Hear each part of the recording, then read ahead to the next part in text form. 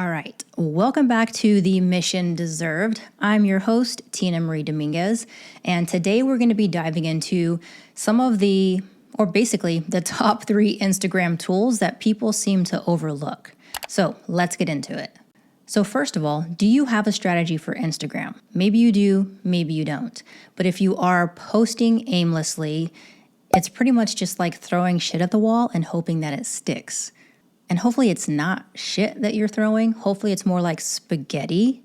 But either way, we don't want to just be like throwing stuff and hoping that it lands with our audience and that people like it, right? So what do? I like to think about content as these 3 different types of tools.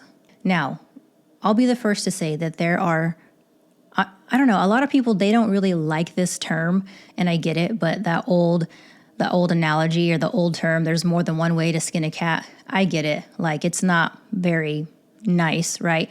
Okay, there's more than one way to crack an egg. We'll use that one. So the same thing with strategy and posting and frameworks and all that stuff. There are different ways to get to the same end goal. And ultimately, all of this stuff, it always depends on what works best for you, what you are able to maintain consistently, what feels good to you, and all of that stuff.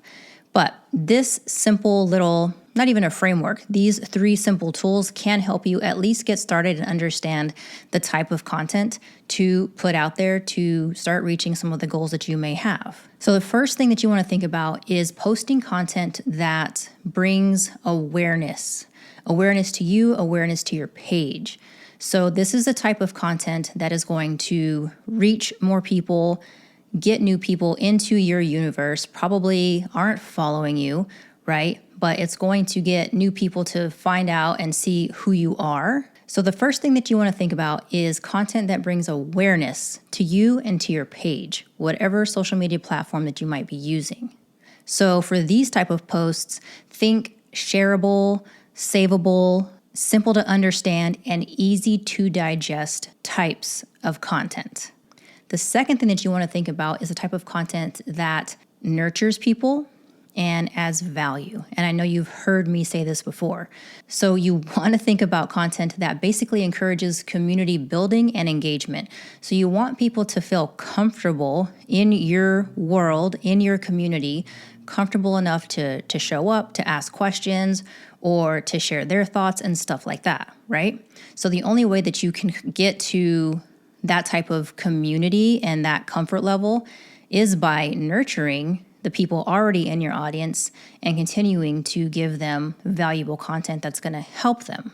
So for this, you want to think about things that are educational, tutorials, tips and tricks, how-tos, all that stuff. Basically things that people can look at your content and they can take action from, or that they can implement right now, or they're just learning how to do something better or different, and it helps them in some way. It solves a problem, or it creates a result that they need. And when you're posting that type of content consistently without asking for things over and over, or without trying to pitch or sell people, you are building what is called that know, like, and trust factor. People are seeing you show up consistently and regularly. They know what to expect from you. They come to you as a trusted resource, or maybe they just like you and your personality, but they know what to expect and they keep coming back for more. So they know you, they start to like you, and then they start to trust you. Now, the third and final thing is you want to think about content that actually sells. So most of you are either in the health and fitness space, or you are a newer entrepreneur, solopreneur, someone who is new to you using social media to help you get your message out there, help you get your product or service out there, and ultimately you want to make money, right? So we need to have content that actually shows what we do, so that it helps potential clients understand and want to eventually buy from us, right? So for this example, you would want to have specific content that you are sharing when you are promoting your product or your service, or when you are launching something or opening up one of your group coaching programs, or whatever it is that you have. And along with that content, you would include things like testimonials, before and afters, things that your clients have said to you, like why this product or service was so helpful for them, how it changed their lives, where they were before, where they are now, like all of those things. So you are providing social proof. So you're weaving that into all of your content as well. So you wouldn't just be posting that every single day if you're launching up or leading to something, but you certainly want to like sprinkle that in and add that credibility to what it is that you do. So ultimately, what you want your content to be doing as a whole is to be, yes, attracting new people, but also taking care of and nurturing the people that are already following you, because you can't forget about them. You can't just be like, I have these followers and let them kind of just hang in the winds by themselves and then try and get new followers. You need to still make sure that you're nurturing your current followers, but yes, you still need to get new people in, right? We want that to continue to build the audience and grow our accounts and grow our reach and all that stuff. But I had to throw that in there. Don't forget about your current audience, okay? So when we're doing that, right, we want to attract new people, but we want to take care of our current people. So ultimately, you are creating content that attracts new people. You're creating content that is nurturing your current audience, right? Nurturing them and building more trust with them. And then finally, you're creating content that is going to lead to selling or getting new clients or selling your product or service. So attraction, nurturing, and then selling. Those three things.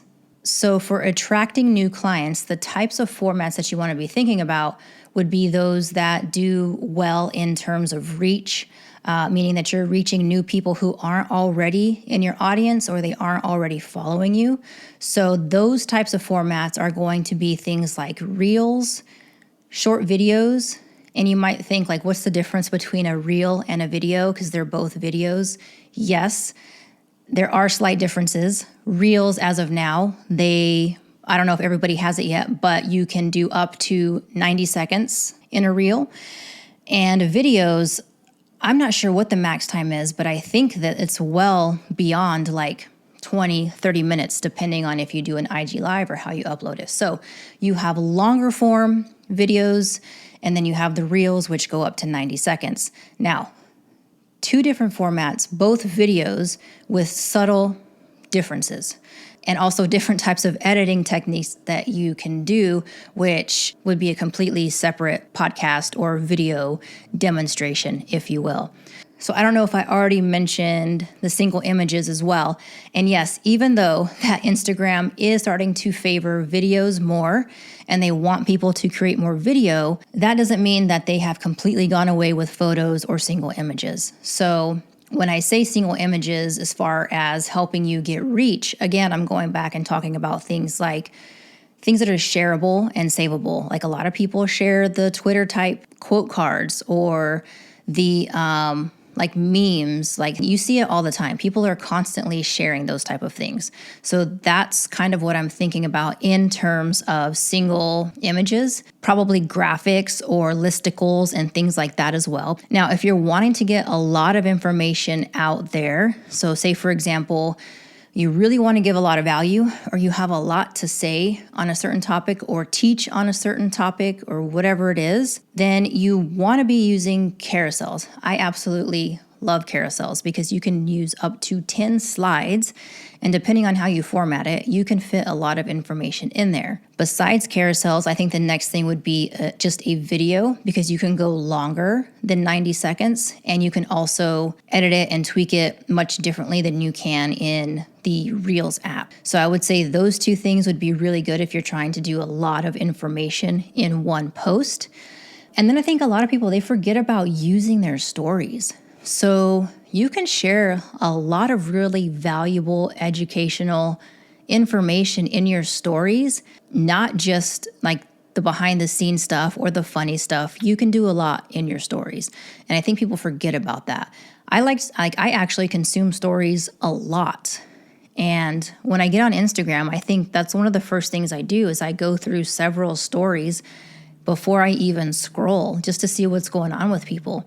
And sometimes it is just your basic I'm at the gym, or this is my breakfast, or, your random stuff like that. And then it's also a lot of people sharing other people's content, like I mentioned before, like the quote cards or funny reels or videos, stuff like that. So don't forget about your stories.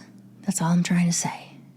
All right, now, finally, moving on for formats that are going to be best in terms of presenting your offer, meaning if you are in that season of selling or launching or promoting, whatever that is, then for those, again, I think that it's going to be carousels and stories, but probably also reels, because reels are now up to 90 seconds, but with reels, I feel like you have to be a little bit more strategic and pay attention to the first few seconds. Like you have to actually draw that person in and make them want to watch the rest of your reel. So having a good hook or a reason why they should continue watching. And then finally for that, you'd want to make sure that you put your call to action in a spot where people will actually see it and do the thing that you want to do. So say, for example, if you are trying to promote or sell via a reel, which I don't know that I would actually do that in the reel. I might add it in the caption. But the thing about that is if you put your call to action on the reel itself, like on the screen, and you put it towards the middle or end and people aren't watching that far, then they're not going to see it to begin with. And if you put it too early, now there's a chance that people might continue to watch your reel, or they might see your call to action and see what you want them to do and click out of your reel and go do the thing that you're asking them to do. So I feel like it can kind of be hit or miss with reels, but with all of this, it's about trying and seeing how things work, how things land, and then refining as needed. In short, like you really just want to make sure that your posts work for you, right? That you're doing what you're able to do. So for example, if you hate making reels, then I wouldn't base your whole content strategy around reels because they're popular and because people are viewing them and they're getting more reach. Like your whole strategy, I wouldn't base it around that. Why? Because you hate doing it. And if you hate doing it, you're not gonna do it, or you're gonna do less of it, or you're not gonna be happy doing it. So I think it just depends, like create what feels good to you, what you actually like creating, and then try doing some of the other things, right? So if you love reels, then do that and then add pops of carousels here and there or single images here and there. So it really just does depend on what you actually enjoy doing. Because if we're spending all of our time creating content that we don't like, then we're not going to keep it up. On that note, I think it's important to think about the intention of your post as well. So is the intent of your post to attract awareness? Is the intent of your post to nurture or add value to help that community building? Or is the intention of your post to sell, right? And if it is one of those things, then I would recommend going back and using one of those different type of formats and also the different examples that I gave you. So I know I've already hit it hard, but to summarize the 3 tools that you can focus on if you're just starting out, and even if you're not just starting out, you can try and use this framework, is types of content that brings awareness, types of content that nurtures, and then types of content that actually helps you sell or promote. That is it for this one. As always, I super appreciate you being here, and may you always continue to rise up and persevere.